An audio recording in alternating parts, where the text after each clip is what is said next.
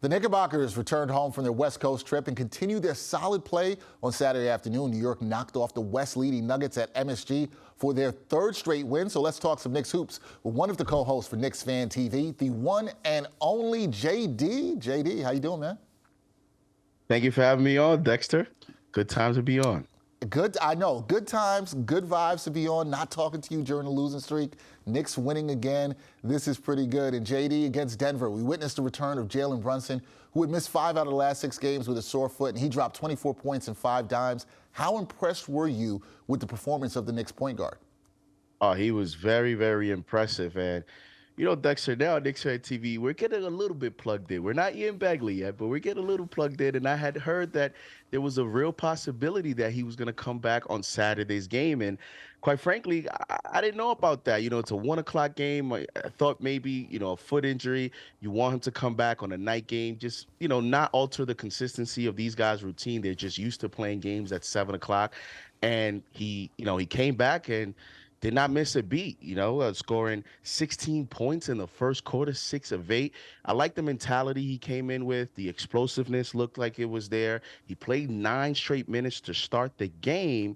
And you saw the impact he had on the team. You saw the impact that he had on Julius Randle throughout the game, especially there to close out in the fourth quarter. So Jalen Brunson came back and he showed you, his all-star capabilities and his impact on the team. So to me, he was extremely impressive, and you saw different ways in which he was missed. It absolutely was impressive in Saturday's win. And speaking of that win, JD, that was the Knicks' 42nd win of the season. That guarantees just their second winning record in the last 10 years. So it looks like the team is going to make the playoffs for the second time in 3 years here, JD. So the question for me is, has the Knicks franchise truly changed its culture, and is it sustainable?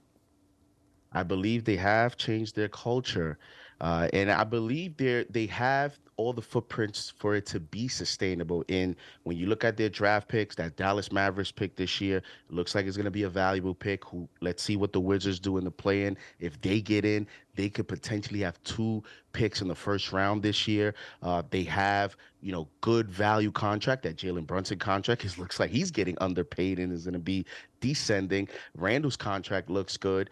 They have a ton of young players, one of the youngest teams in the league. And most of all, Dexter, culture in the end is about winning. Right? You can set up the culture in the locker room, off the court, in the arena, strategy, in games. But at the end, you have to top it off with winning games. And the Knicks are doing that. And they look to be, setting up a situation to where it's going to be sustainable because their best players are right in their prime. And then their second layer of players are growing into themselves and developing. So I think it's sustainable. And the most encouraging thing about all this is the fans look to be excited. You saw the game yesterday, a 1 o'clock game, and you saw the energy in the arena. So all around, from the fans to the front office to the head coach and to the players, this looks like everyone is uniting, and the team looks to be, building himself into a potential contender for years to come.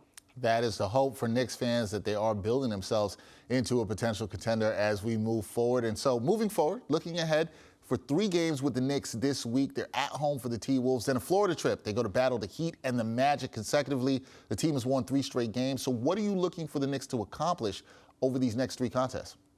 Well, I'm looking for them to accomplish 2 things. I want them to have a sweep. I want them to win all 3 games. They're 7-1 in the last 8 home games, and so they've been able now to protect home court. As I mentioned, they're rallying behind the crowd of the New York Knicks. And also, Dexter, a little bit of concern of mine is over the last 6 games, the Knicks have only crossed the 30% mark at the three-point line only once, and that was against the Portland Trailblazers, where they shot just shy of 43%.